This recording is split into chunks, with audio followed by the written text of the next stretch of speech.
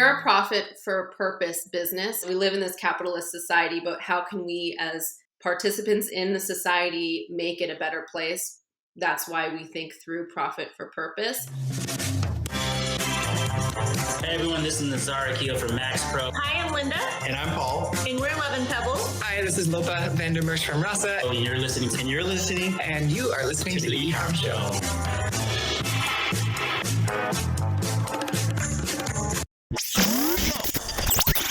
Welcome to the Ecomm Show, presented by BlueTuskr, the #1 place to hear the inside scoop from other e-commerce experts, where they share their secrets on how they scaled their business and are now living the dream. Now, here is your host, Andrew Maff. Hello, everyone, and welcome to another episode of the Ecomm Show. I'm your host, Andrew Maff, and today I am here, joined by the amazing Jenna Tannenbaum of Who Gives a Crap.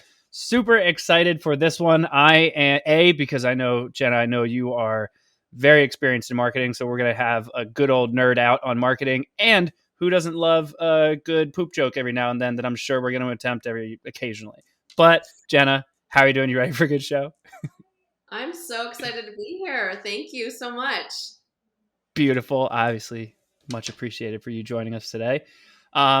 I like to do the usual thing that pretty much every podcast does, and we just pretend that no one knows who you are, no one knows about Who Gives a Crap, and I'd love for you to give us a little bit of insight into your background and obviously the business.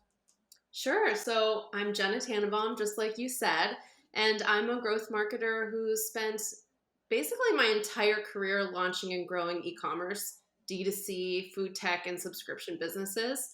I've worked with brands like Chartbeat, ClassPass. I launched my own smoothie delivery company called Green Blender. And now I'm the head of D2C commerce and growth marketing at Who Gives a Crap. If you don't know who Gives a Crap is, I think our name kind of speaks for itself. But we sell good-looking, environmentally friendly toilet paper, paper towels, and tissues. And we actually donate 50% of our profits to sanitation projects all over the world. I know, obviously we love toilet paper. We love making a good pun, obviously. But the main reason why we're in business is all about impact and the impact we're having on the people in this world and the planet. And so we actually donate, like I said, 50% of our profits. And to date, we've donated over $10 million to fund sanitation projects all over the world. That is awesome. And what a very interesting category for this business to be in. Like, you think like toilet paper is an incredibly competitive space. Most of the time you've just got these companies that are in, grocery stores that just own an entire aisle. And then that's it. Obviously, you being on the marketing side, you kind of know how this goes. How have you been able to really differentiate yourself from the other brands? I know it's the sustainability side. It's also the giving back, but being able to portray that message online for a product that isn't typically purchased online is not easy. And you've obviously pulled it off. So what has your overall kind of approach been to do that?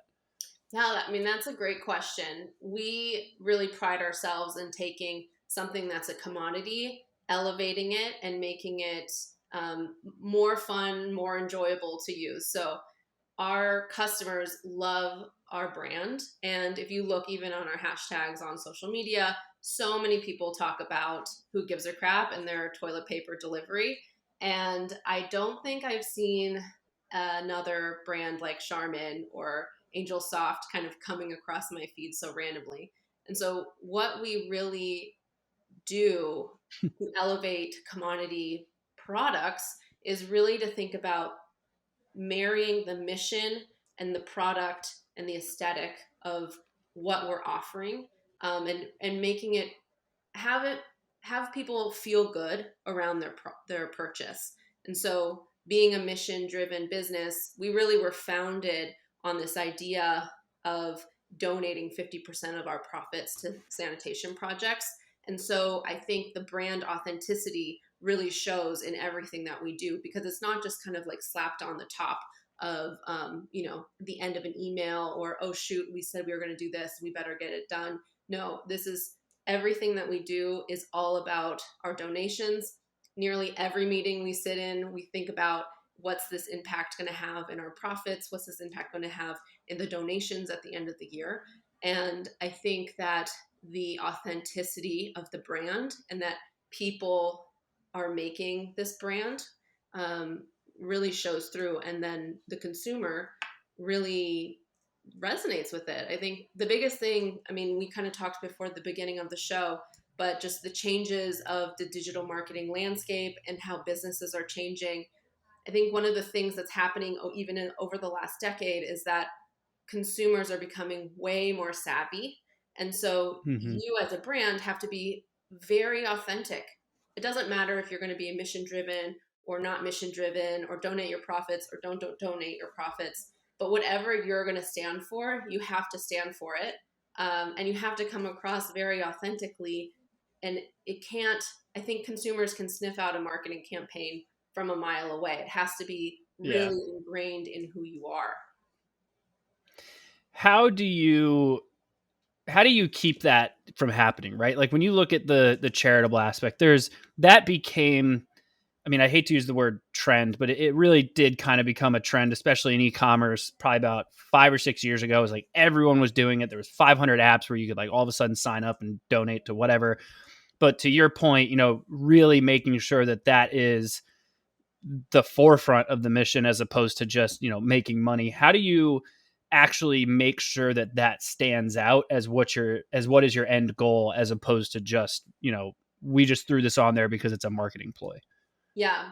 I mean, we're a profit for purpose business, and we really are trying to live, we live in this capitalist society, but how can we as participants in the society make it a better place? That's why we think through profit for purpose. Honestly, I hope everybody copies that business for us, and this trendiness just becomes the status quo. And the only way that you can do business with consumers is if you have kind of a give back clause, and you're thinking beyond just the products that you sell and how you have an impact in the world and how you show up in the world. I'm really pleased to see more and more businesses do this. And I think the biggest thing is really making sure that it's seeped into everything that you do, every conversation that you have. It really starts obviously from the top and the founding story. And if it's not part of your founding story, really making sure that there's buy-in from the top, that if you are shifting into a profit for purpose business, you are understanding what that means, and you're talking about it not just publicly but also internally, making sure that you're saying how you are progressing in your town halls, making sure that you're carving out specific projects, or every single project has some sort of angle to whatever your mission is. It's something that has to happen in almost every conversation that you have for it to be an authentic piece of your business. It has to be the part of the mechanics of your business. I understand what you're saying. And so as a growth marketer, obviously I'm imagining that's a good chunk of your business to make sure that message is still being portrayed. But what else is your day-to-day? Is your focus anywhere specific under marketing, or are you overseeing a team? Like, what is your actual approach every day when you walk into the office? Or if you're remote, I don't even know. Yeah, so Who Gives a Crap actually is a remote company, and we Cool. were a hybrid company before the pandemic, and so we already had a lot of that set up. And my team is based all over the world, and I think that's a real big advantage for us too. Yeah. I personally am in charge of all of the online sales that happen in all of the countries that we operate in. So we're currently in Australia, the UK, Europe, and the US. And we really try to, the day to day work is really understanding our consumers and what they need, and making sure that we are meeting people where they are. The bigger we become, the more impact we will have in this world.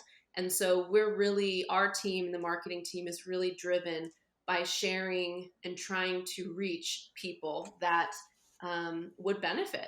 I think one of the cool things, I've worked in a lot of different industries all over in my career. And one of the fun things about Who Gives a Crap is that you don't actually have to explain what toilet paper is to people. You're not trying to be like the Uber of or whatever that is Yeah. in your sales pitch. Like people get toilet paper, and I think that's a pretty easy hurdle to get across when you're trying to have some marketing language and education.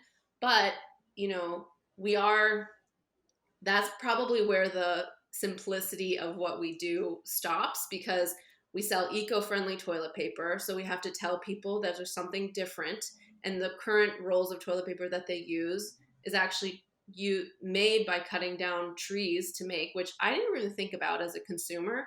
That toilet paper was made from trees. I mean, obviously it is, but I didn't think about it. So your you have to educate consumers that their current toilet paper, there's an issue with it where it's cutting down trees. And then you have to say, well, we make recycled or bamboo toilet paper. And the problem that or not problem, but the challenge we have is that you can't actually touch it. And then you also have Yeah. to buy in bulk. And so we spend a lot of time investing in word of mouth and word of mouth adjacent channels, so that people have the opportunity to hear and experience Who Gives a Crap in a non-creepy way, obviously. And so, encouraging our customers to share a roll of toilet paper with their friends and family is a great way to do it. We have people that have said they use this as a housewarming gift or a host or hostess gift when they go over to people's houses, because it's just really fun and really, kind of like a interesting party Yeah. like gift. And so my day to day really consists of thinking about how our consumers are talking about our product, and how we can kind of pour fuel on that fire, so to speak. I think the hardest part about being a marketer, being a growth marketer, is that obviously word of mouth is the best channel that you have. But you can't necessarily just add more money to that channel to grow it. And so you always have to think about these other auxiliary channels that encourage people and have that same essence of word of mouth. So one of the things you mentioned there, which is always one of the biggest challenges that most marketers have when you're working with a brand that is a consumable, right? Like no one wants to be the first to try something that sometimes they're going to ingest. Obviously, in this case, that's not the scenario. But in your case, you typically have to buy in bulk. You can't just get like a roll and give it a shot. And so obviously you mentioned, you kind of cater to the word of mouth side and you encourage people to, gift a roll or something like that for them to try it. But how are you portraying that message? Is your approach like we have, some automated emails that go out right after a purchase to encourage them to share it? Or is it just part of the overall marketing message? Like how do you basically communicate that you're trying to get help from a word of mouth perspective? Yeah. I think the biggest thing that you can do, or probably the lowest hanging fruit as a brand that you can do, is just ask your audience to share and make it very easy for them to do that. Up until really recently, we actually had a consumer, like a post-purchase email that was in a poem that basically asked people to share or forward the email to their friends and family. I think that this is a moment where you can really talk about your brand values and what really inspires people to make a purchase and sign up for Who Gives a Crap. We actually just did an interesting test where we put postcards in people's boxes and a gift box in people's boxes to encourage people to gift rolls of toilet paper. We actually found that something like 60% of our customers have gifted a roll of toilet paper to their friends and family. And we thought, what about the other 40%? Maybe it didn't even cross their mind that they could do this, and it would be kind of a fun, either white elephant gift or something fun, just a conversation starter. So we ended up putting, a postcard and a flat pack of like a gift box that fits a roll of toilet paper into people's boxes, and just said, hey, this is a kind of a fun gift for people. And the more we can get people to use Who Gives a Crap, the the less trees that get cut down to make toilet paper, the more money we can donate to sanitation projects.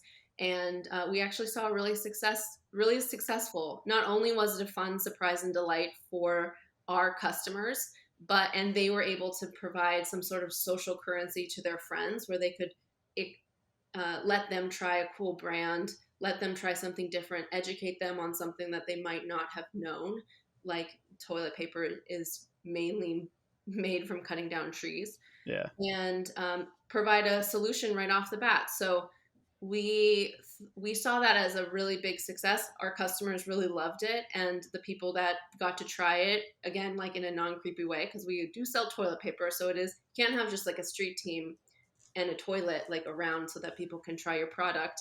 And so yeah, it was that those are the types of things that we like to think about. Is we like to go, like when people zig, we like to zag. So we want to grab people's attention in a way that is very unique to Who Gives a Crap. How are you? What approach are you selling Who Gives a Crap? You obviously have your own website. I know you mentioned you're in Australia, the UK, Europe, US, and Canada. Are you in Canada? We're not in Canada, no. Not in Canada. Good. They'll get it one day. How? What channels are you selling on? Obviously, you have your own site, but are you on any major marketplaces? Like I know you're overseeing the whole D2C side. So what channels do you kind of cater to? Well, we're mainly catering to our website, but Mm-hmm. depending on the country, kind of dictates where we sell. We have a very large B2B team that, again, this is all about thinking about word of mouth adjacent channels. Mm-hmm. We work with a lot of cafes and local restaurants and businesses, offices to supply their toilet paper, so that you go to your local cafe, you get a coffee, you use the bathroom, you see Who Gives a Crap in there. I mean, that's another opportunity to try the product without having to buy 48 rolls, without knowing that you like it or not. So we do a lot of wholesale with corporate businesses, and we are in some retail in Australia and the UK too. Beautiful. Do you have any trouble? I know, you think Australia, UK, Europe, US, like pretty similar cultures, but do you have any issue with the marketing message that you're giving out, whether it's like a certain joke or something like that, that you publish on social or through email or anything like that, isn't, that you kind of have to be careful based on who's getting it, dependent on where they're at in the world? Yes, of course. Just because everybody speaks English or predominantly speaks English in these countries doesn't mean that everything's going to land, or something is going to have convey the same meaning. Specifically in the US, so Who Gives a Crap is an Australian brand to start with. And Mm-hmm. in the US, I mean, I think the word crap in the US is a little bit jarring. I feel totally desensitized to that because I just say the word crap probably 100 times a day. Plus, I Yeah. have two kids that think crap is like the funniest word in the whole world. And so I am a little desensitized to it, but I do remember starting at Who Gives a Crap and kind of having like feeling like a little like jarring to hear the word crap kind of like tossed around.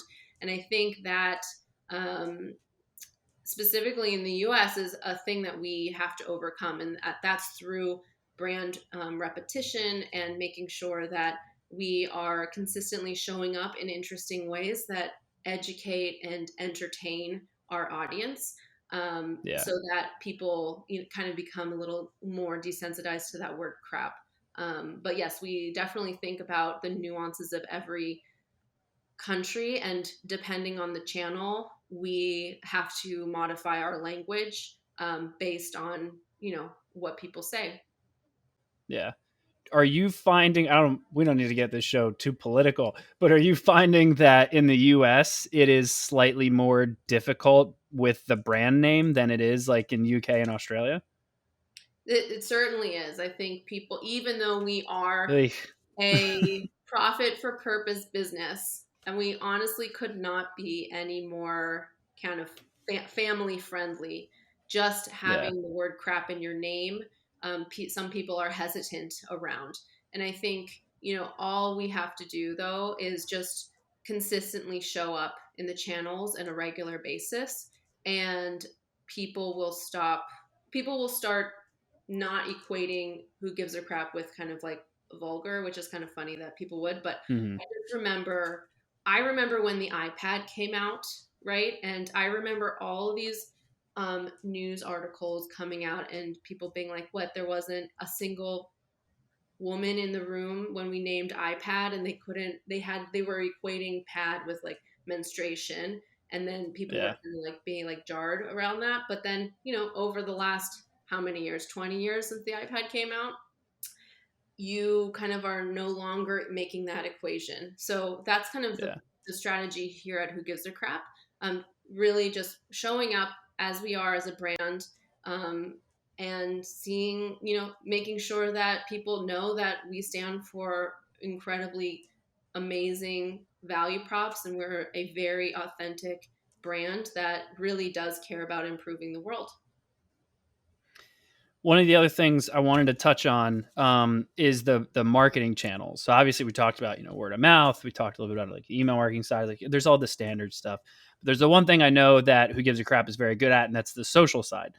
So what has your social media and or like influencer marketing approach been that has allowed you to help the brand stand out in obviously all these different crowded social platforms?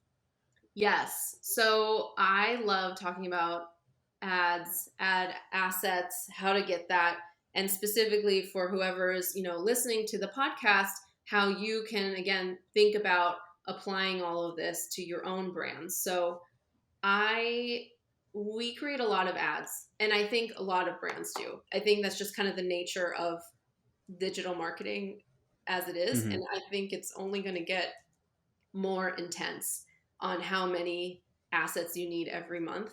Just the TikTokification of the internet, where if you even think about yourself personally as a consumer, how much time or how many videos did you watch, 5 years ago versus how many videos are you watching now? And the tolerance you have as a consumer to see the same ad more than once is continues to decline.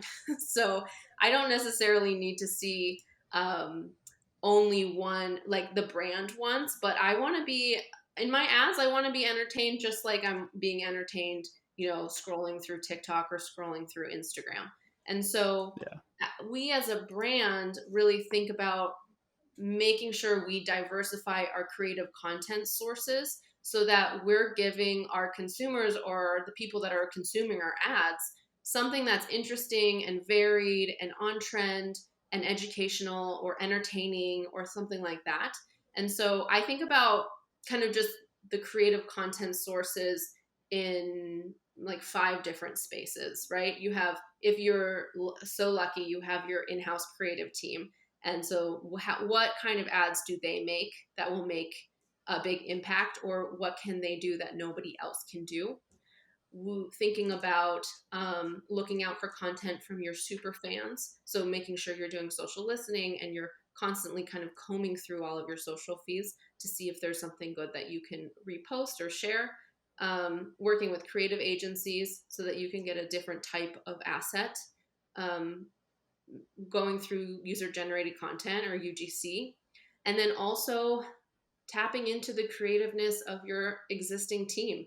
Maybe not just on your creative team, but anywhere, anyone in your company. Many of them spend time on the internet. Many of them make content, and whether they are in marketing or on the creative team or not. And so providing opportunities to your existing team to do some sort of hackathon or social media hackathon, where they're making content that they think is interesting, also provides a wide variety of and interesting things that you may not have thought about yourself. Yeah. I love that idea of doing like an internal hackathon. That sounds actually very interesting because you also involve people that maybe aren't traditionally on the marketing side that come in with like a fresh pair of eyes.